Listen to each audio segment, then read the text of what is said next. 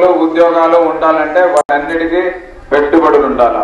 ఈ పెట్టుబడులు కూడా రావాలంటే ప్రభుత్వం వాతావరణం రాజకీయం కరెక్ట్ గా ఉండాలా. గుజరాత్ రాష్ట్రంలో 5 కోట్ల జనాభా అయితే 24,000 మెగావాట్ల విద్యుత్ కెపాసిటీ ఉంది.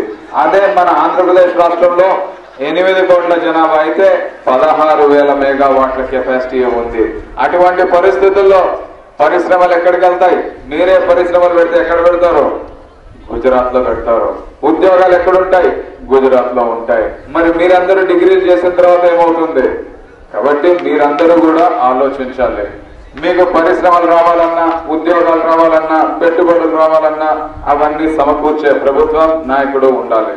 మీరు ఓటు హక్కు ఉన్నవాళ్ళు ఇందాక ఆయన అన్నట్లు ఆ మొండిపాటుతోటి అదే ఓటు వేస్తాం, తెలిసి వేస్తాం, అది మీ ఇంట్లో వాళ్ళు చేస్తే చేయనివ్వండి.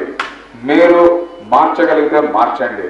మార్చలేకపోయినా మీ ఓటు మాత్రం కరెక్ట్ గా వేసుకోవాలి. ఎందుకంటే భవిష్యత్తు మీది, మీ ఇంట్లో వాళ్ళది కాదు. రెండవది, నేను ఇందాక చెప్పినట్లు అవినీతి జరుగుతుందంటే నాదేం పోయిందిలే అనుకోకూడదు. ఎందుకంటే మీ ఆస్తులు దోచుకొని పోతున్నారు, మీ భవిష్యత్తు దోచుకొని పోతున్నారు, మీ భవిష్యత్తు తాకట్టు పెట్టి మరీ దోచుకొని పోతున్నారు. కాబట్టి అది కాపాడుకోవడం మీ బాధ్యత, మీ ధర్మం, మీ భవిష్యత్తు కాపాడుకోవాలి. మూడో ఇష్యూ, ఈ రెండే కాకుండా యువత రాజకీయాల్లోకి రావాలి అంటున్నారు. ఏ విధంగా రావాలి అంటే మీకు క్లారిటీ లేదు.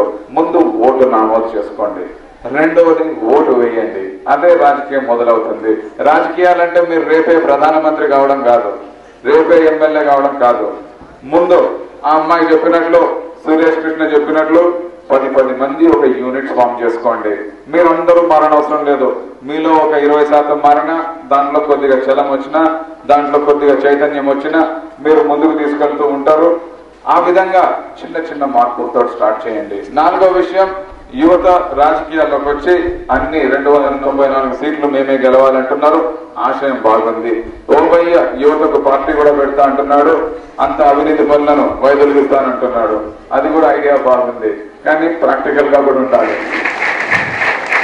మీరు డైరెక్ట్ గా ముఖ్యమంత్రి ప్రధానమంత్రి కాలేకపోయినా ఏదో విధంగా ఈ ఇష్యూస్ మీద ముందు ఆలోచించాలి. అవినీతి పరులు సమాజంలో వాళ్ళను ప్రోత్సహించాలా, ప్రోత్సహించకూడదా? తెలిసి అవినీతి పరులను ప్రోత్సహించాలా, ప్రోత్సహించకూడదా? మీ భవిష్యత్తు దాని మీద ఏ విధంగా ఆధారపడి ఉంది? ఉద్యోగాల నుంచి అన్నిట్లో లంచాలు ఉన్నాయి, ఓట్లేసే కాడి నుంచి లంచాలు ఉన్నాయి. తీసుకునే వాళ్ళు తీసుకుంటున్నారు. నేనెందుకు మానుకోవాలా, నేనెందుకు మారాలా అంటే రేపు భవిష్యత్తులో మీరు ఇరుక్కుంటే అప్పుడు బాధపడి లాభం లేదు. సంవత్సరానికి మన రాష్ట్రంలో యువత 15 లక్షల మంది ప్రతి సంవత్సరం ఉద్యోగాల కోసం వస్తున్నారు.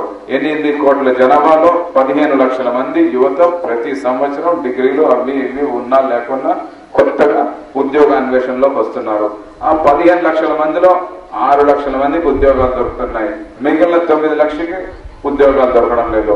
దాంట్లో సగం మంది, సుమారు 4 లక్షల మంది డిగ్రీ డిప్లొమాలు ఉన్నవాళ్ళు. కూకట్పల్లి నుంచి అమీర్పేట వరకు 5 లక్షల మంది యువత ఉన్నారు. డిగ్రీలు, డిప్లొమాలు, ఎంసీఏలు, బీటెక్లు చేతిలో పట్టుకొని హాస్టల్స్ లో ఉంటూ ట్రైనింగ్ సెంటర్ల చుట్టూ చక్కర్లు కొడుతూ 3-4 ఏళ్ల కింద పాస్ అయిన వాళ్ళు ఇప్పటికీ వాళ్ళ ఇంటి నుంచి డబ్బులు పంపిస్తూ ఉంటే అక్కడే ఉన్నారు. ఇవన్నీ కూడా మీరు ఒకసారి ఆలోచించాలి. ఇక్కడ చర్చ జరిగింది. ఇద్దరు అన్నారు, చర్చ బాగుంది, మీరు వెళ్ళిపోతారు, వీళ్ళందరూ మళ్ళీ మొదటికి వచ్చేస్తారు అని. కొంచెం మంది యువపదం ఆఫీస్ కూడా ఓపెన్ చేయమన్నారు జిల్లాల్లో. ఇంకొంచెం మంది మాకు లీగల్ సపోర్ట్ ఇవ్వమంటున్నారు. ఇంకొంచెం మంది సమాచార చట్టం అంటే రైట్ టు ఇన్ఫర్మేషన్ యాక్ట్ దీని మీద వర్క్ చేస్తామంటున్నారు. ఇంకొంచెం మంది వచ్చి రూరల్ ఎంప్లాయ్మెంట్ పాలసీ గురించి మాట్లాడారు. దాని గురించి నేను ఇప్పుడు ప్రభుత్వంలో మాట్లాడుతున్నాను. ఈ రోజు కూడా ఇదే చెప్పారు. నేను ఇంజనీర్ కావచ్చు, డాక్టర్ కావచ్చు, లాయర్ కావచ్చు, నాకు అది ఎలా అవ్వాలో తెలుసు, కానీ పాలిటిషియన్ కావాలంటే ఎట్లా కావాలో నాకు తెలియదు అంటున్నారు. దీనికోసం యువపదం తరఫున పోలీసులకు జీతాలు ఇస్తున్నాము, ఐఏఎస్ఎస్ వాళ్ళకు జీతాలు ఇస్తున్నాము, జడ్జీలకు జీతాలు ఇస్తున్నాము. వీళ్ళందరి తల మీద కూర్చునే రాజకీయ నాయకులకు జీతాలు లేవు.